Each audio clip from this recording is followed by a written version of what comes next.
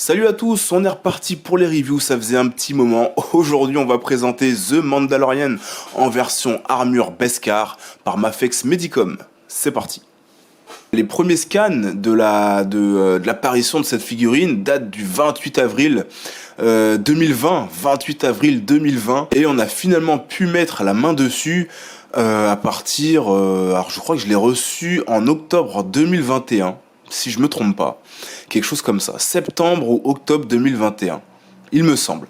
Donc, voyez un petit peu le gap qu'il y a eu. Alors après, il y a effectivement eu la période Covid.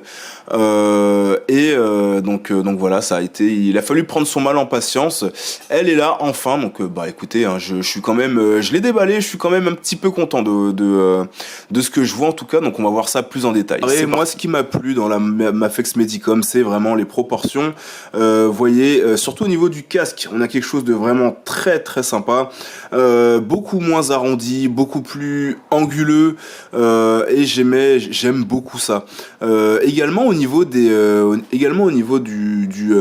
corps, que je trouve voilà, parfaitement proportionné. Je reprends également encore la comparaison avec la SH Figuarts. Effectivement, on va laisser un petit peu la Black Series de côté, car ce n'est c'est pas du tout le même ordre de prix. Mais je vais continuer ma comparaison avec la SH Figuarts, que je trouvais un petit peu trop comics, un petit peu trop cartoon peut-être, au niveau des proportions. Elle avait des épaules un peu plus larges, un casque un petit peu trop, un petit peu petit peut-être. Au niveau des proportions, il n'y a aucun problème, mais moi j'ai déjà un premier bémol. Alors ça ne gâche pas la figurine, mais c'est pour moi un bémol, et vous allez comprendre pourquoi avec cette madame juste à côté, c'est la brillance de l'armure. Alors là, bon, il y a quand même pas mal de lumière autour du setup, mais vous voyez que l'armure brille beaucoup moins qu'une Phasma. Alors, à moins que je me souvienne, à moins que ma mémoire me fasse défaut, le Beskar c'est vraiment quelque chose qui brille quasiment comme l'armure de Phasma. Et écoutez, sur le rendu de l'armure du Mandalorian, on a un gris qui est... Alors ça brille, mais pas trop. Je vois même des espèces de petites paillettes qui sont moulées avec l'armure. Donc je trouve que c'est sympa, mais ça aurait pu être vachement mieux, je trouve. Voici la comparaison avec Phasma, qui est également en Mafex. Donc s'ils font ça avec la Phasma, c'est qu'ils sont capables de faire ce genre de rendu. Au niveau de la cape, ils nous ont mis une sorte de feutrine. Alors ça rend de loin plutôt bien au niveau du côté un petit peu épais de la cape du Mandalorian. Par contre, au niveau du câble, alors elle est câblée, mais alors seulement au niveau du cou. Et je vous avouerai que c'est pas terrible en fait pour l'effet de la cape. Vous voyez, donc c'est pas terrible pour avoir ce côté, si on veut faire pendant les photos, voilà, un petit effet cape dans le vent. J'aime pas beaucoup. Donc il aurait vraiment fallu continuer ici. D'ailleurs, je crois que je vais le faire tout seul. Ce serait continuer à câbler la cape pour avoir quelque chose de plus sympa au niveau des mouvements.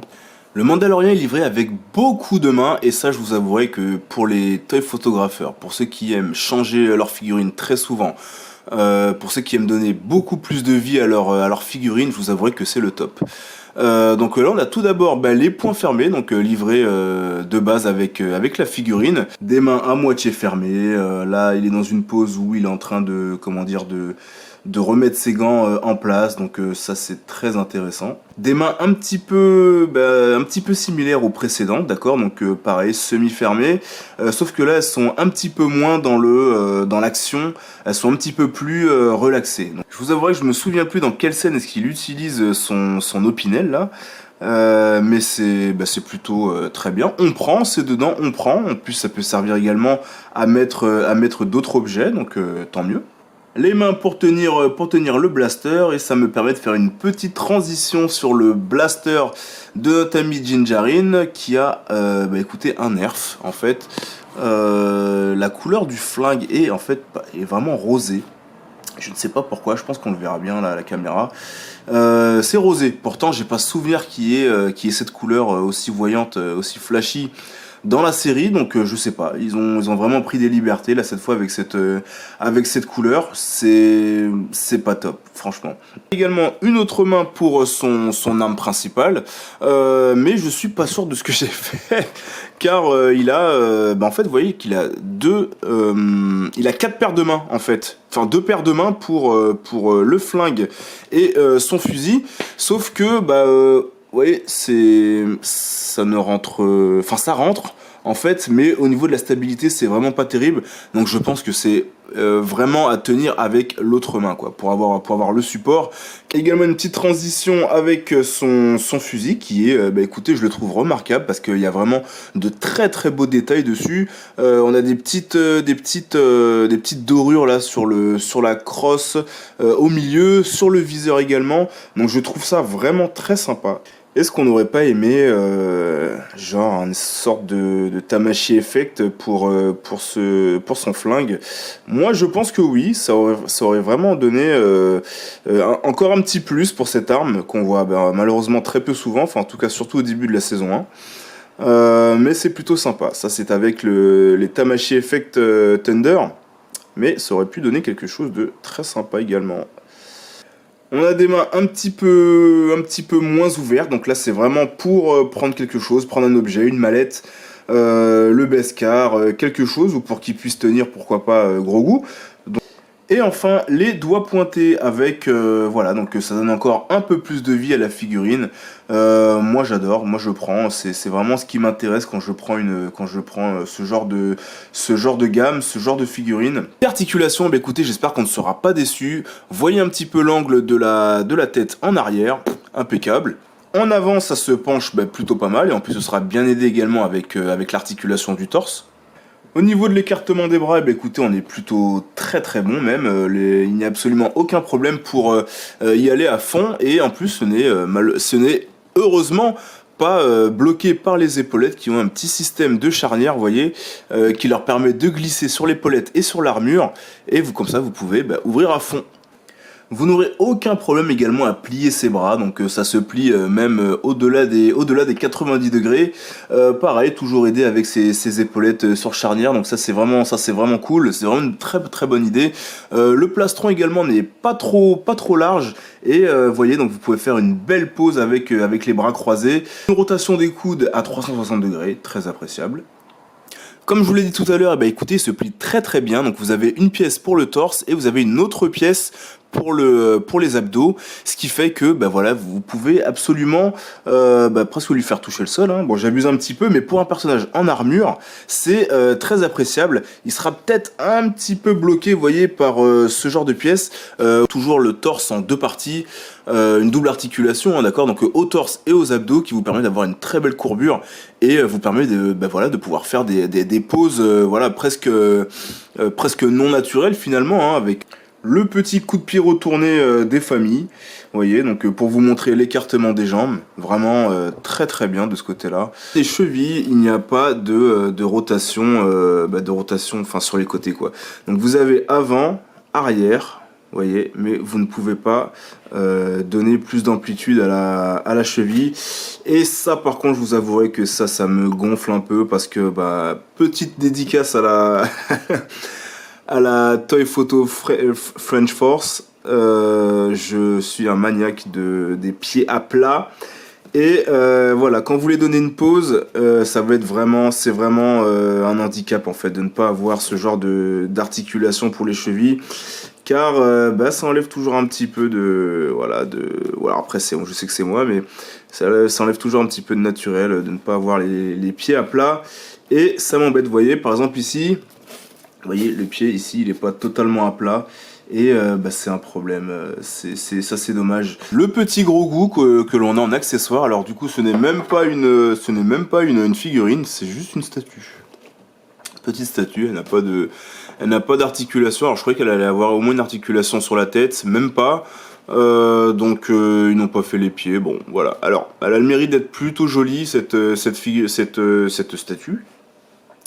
Mais voilà, on n'en fera pas grand chose malheureusement. je vais vous mettre l'ABS juste à côté. Vous voyez, donc on est plutôt sur des bonnes tailles. Et là, par contre, on voit la différence avec la différence de tarif finalement. On a vraiment quelque chose de beaucoup plus détaillé au niveau du paint pour la Mafex, même au niveau du regard. Donc on est vraiment sur quelque chose d'un peu plus quali, mais voilà, ça reste une statue. J'aurais bien aimé qu'il nous fasse voilà, un petit gros goût un petit peu plus articulé, ou alors en plus même en tissu quoi, tout simplement. Ça aurait été très sympa également. Alors je reviens brièvement sur la ceinture tout à l'heure qui m'a gêné dans la manipulation.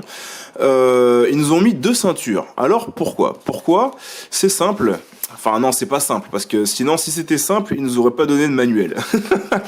Voilà, donc il y a un manuel, vous voyez, pour expliquer comment mettre les différentes pièces pour faire tenir le fusil. Voilà, donc tout ça, c'est juste pour mettre un fusil.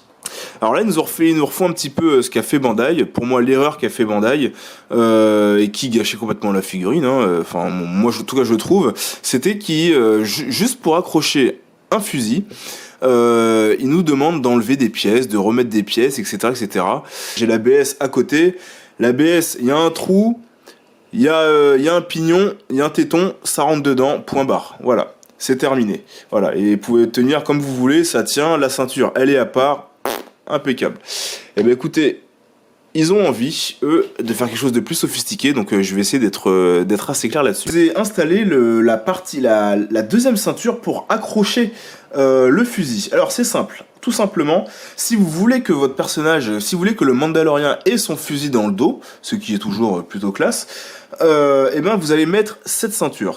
Donc elle vous permet, elles ont toutes les deux les holsters vides pour le flingue, mais par contre il y aura une différence sur l'attache du fusil ainsi que la lanière qui est là. Donc du coup, je vous explique. Voilà. Vous avez cette partie-là avec la lanière qui est qui est déjà moulée dans la ceinture. C'est simple, elle possède un petit téton et le petit téton, vous allez essayer de le caler au petit trou qu'il y a dans le fusil. Alors en plus c'est très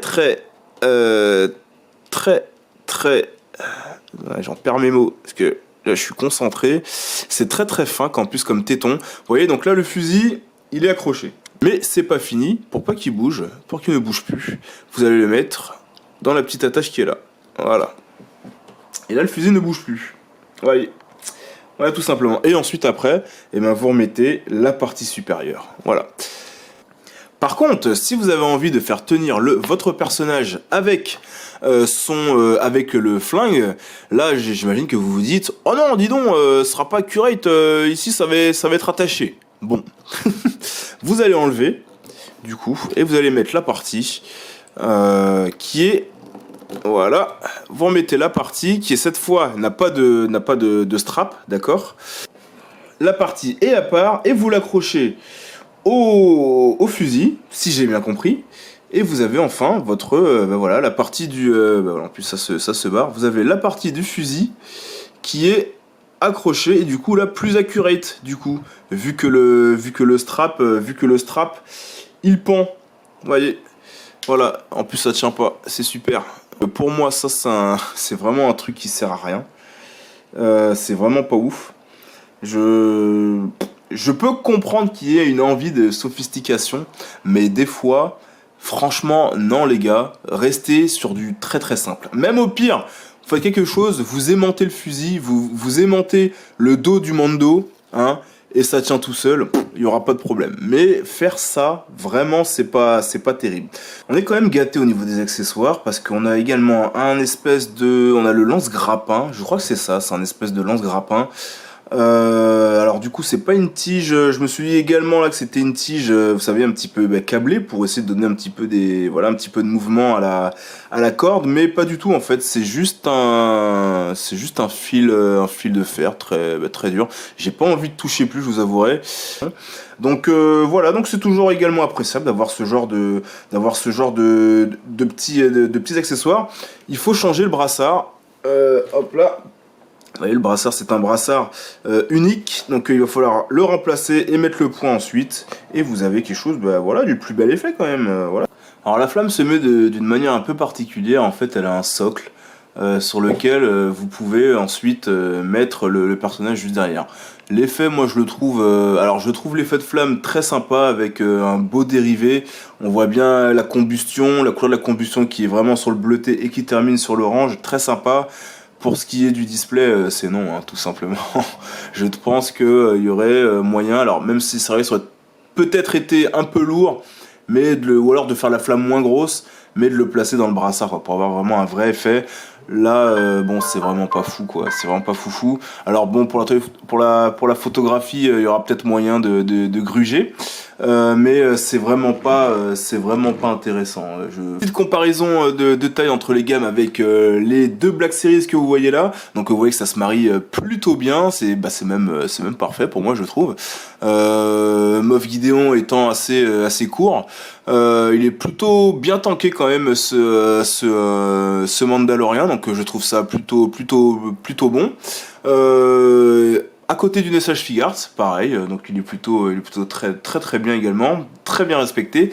Et enfin à côté d'une NECA, mais une NECA qui sont plutôt des 7 pouces. Donc voilà. Donc au niveau des tailles, l'échelle est plutôt très bien respectée.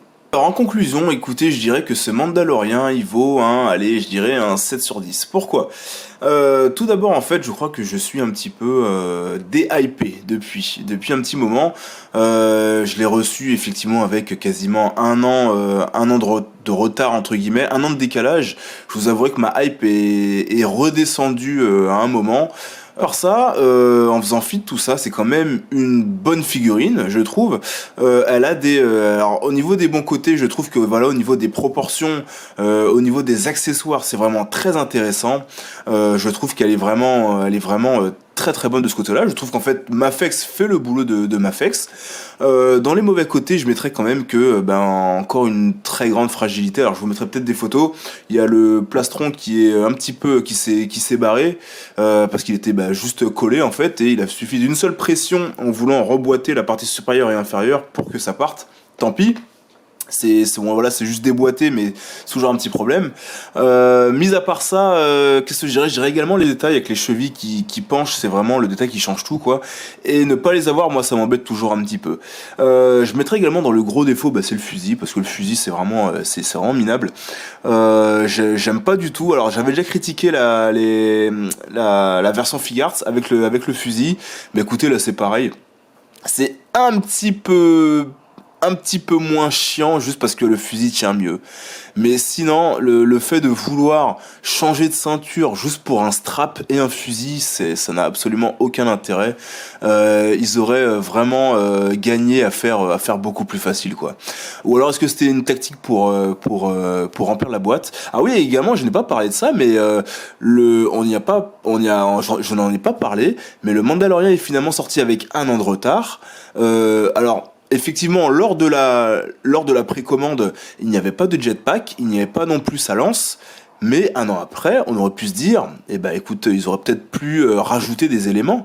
C'est pas quelque chose qui vraiment leur aurait coûté une blinde, je pense, et on les a pas. Ça c'est dommage parce qu'effectivement, c'est le Beskar, mais ce n'est pas le full Beskar parce qu'on a encore, une partie de son ancienne armure. Donc là, on est vraiment sur l'armure Beskar, mais fin de saison 1. Et on n'a pas le jetpack, et nous n'avons pas la lance. Donc ça c'est dommage. Ça aussi c'est des petits trucs il va falloir se débrouiller pour trouver ça. Et donc voilà, je mettrai également un bémol sur la la cape. La cape qui est alors j'aime bien la texture, c'est pas trop moche, mais la câbler c'est une bonne idée, c'est toujours une bonne idée de câbler une cape, mais câblez-la entièrement, quoi, câblez pas juste le haut. Donc ça sert vraiment à rien, ou voilà, quoi, c'est vraiment dommage. Voilà, donc je crois avoir fait un petit peu le tour. Ah oui, également un autre bémol, c'est le fusil, le blaster qui est rose, c'est également au niveau accurate, on repassera. Donc voilà, j'ai quand même pas mal de bémols sur cette figurine. C'est vraiment pas la figurine parfaite, ça c'est dommage. Mais voilà, écoutez, on s'en contentera. Donc voilà, écoutez, je crois avoir fait le tour. J'espère qu'en tout cas cette vidéo vous aura aidé. Peut-être dans votre choix si vous comptez vous la prendre. En tout cas, je vous dis à la prochaine et puis ciao.